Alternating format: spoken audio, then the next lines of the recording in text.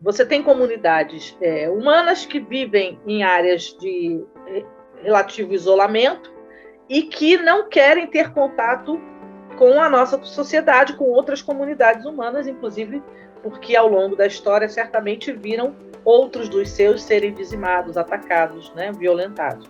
Que casos tão excepcionais assim poderiam justificar você forçar um contato, né, com um grupo cultural que está evitando esse contato?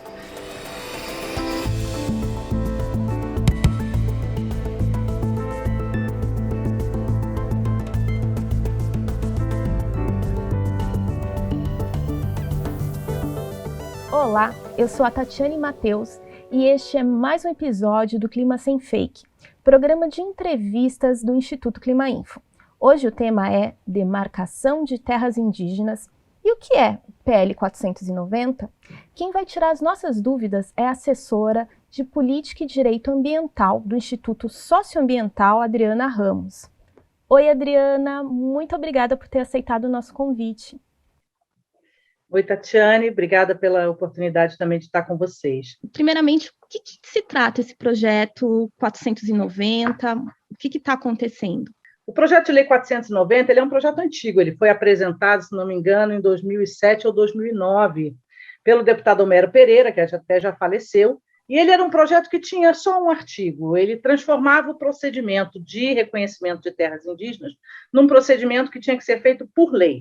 Hoje, ele é um procedimento administrativo realizado pela Fundação Nacional do Índio, que culmina na assinatura de um decreto de homologação das terras indígenas. E o deputado Homero, então, apresentou esse projeto para transformar o processo num processo legal, digamos assim. Quando foi no ano passado, a base do governo no Congresso aproveitou esse projeto, que já estava apresentado, e apresentou um chamado substitutivo, que é uma proposta que substitui o texto original, e cheio de novidades dentro do projeto, bastante agressivas contra os direitos indígenas. Então, o primeiro item é que, ao alterar o procedimento de demarcação de terras indígenas, as novas regras estabelecem não só um momento de contraditório, como é hoje, né, o processo, mas um processo em que todos os interesses que podem existir no mesmo território, naquela região, né, estejam presentes dentro do processo, o que vai certamente impedir o processo de avançar. Então, ele muda a forma como o procedimento administrativo reconhece as terras indígenas para atender interesses de outros que possam ter interesse nesses territórios. Além disso, ele prevê que o governo possa desfazer terras que já estão demarcadas, usando um conceito que sequer é aceito, né, pela ciência, que seria o das perdas e das caracterizações culturais de um povo. Ele permite o contato com povos isolados, o que altera o que é a política hoje, e altera a forma como a Constituição estabelece o chamado usufruto indígena dos recursos naturais, permitindo que atividades de interesse de terceiros sejam realizadas dentro do território.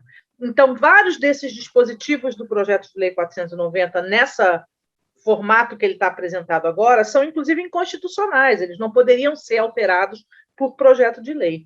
E quais são os impactos da alteração dessas regras para os povos indígenas? Bom, primeiro altera, né, os direitos tais quais estão reconhecidos na Constituição, inviabilizando futuras demarcações, né, e criando condições para alterar demarcações já havidas. Em segundo lugar, ele permite o desenvolvimento de atividades econômicas estranhas aos índios, né, de interesse de pessoas de fora dentro das terras indígenas, descaracterizando esse usufruto exclusivo dos recursos naturais pelos próprios povos indígenas e afetando os modos de vida tradicionais e a própria proteção dos territórios, né? As terras indígenas são hoje das terras menos desmatadas, né, no Brasil, especialmente na Amazônia. Então, essas mudanças certamente trarão muitos impactos, não só à vida dos povos indígenas, mas ao papel e a contribuição que as terras indígenas dão na conservação ambiental e na regulação climática. E os povos isolados, assim, é um pouco pior? Como fica? No caso dos povos isolados, o projeto ele prevê uma mudança significativa na política que o Brasil adotou, né, para lidar com povos isolados, que foi desenvolvida nos marcos de todo o conhecimento científico e os acordos internacionais, que é a chamada política de não contato. Você tem comunidades humanas que vivem em áreas de relativo isolamento e que não querem ter contato com a nossa sociedade, com outras comunidades humanas, inclusive porque, ao longo da história, certamente viram outros dos seus serem dizimados, atacados, né, violentados. E a política atual reconhece esse direito ao não contato pelas comunidades e estabelece uma forma de proteger os territórios onde eles vivem, de tal modo que garanta as condições de vida deles sem forçar o contato. O projeto altera isso, dizendo que em casos de, acho que utilidade pública ou interesse público, alguma coisa que ele escreve dessa maneira, agora não me recordo direito, esse contato poderia ser feito, mas não relaciona que casos seriam esses, que casos tão excepcionais assim poderiam justificar você forçar um contato, né, com um grupo cultural que está evitando esse contato. Então, é bastante grave porque tende a abrir brechas para abordagens que, inclusive, são tentativas recorrentes, principalmente nesses últimos 2 anos desse governo, principalmente de grupos religiosos, que têm, digamos, essa perspectiva de querer estabelecer o contato numa lógica de evangelização. Então, é bem perigoso mesmo.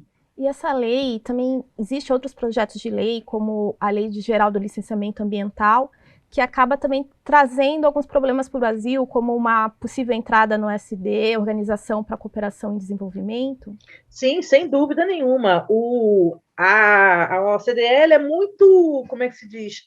Muito restrita, né? Ela tem regras muito bem estabelecidas de quais são, digamos, o parâmetro, né, de política, de legislação que um governo tem que ter para poder sentar, porque é um clube restrito, né?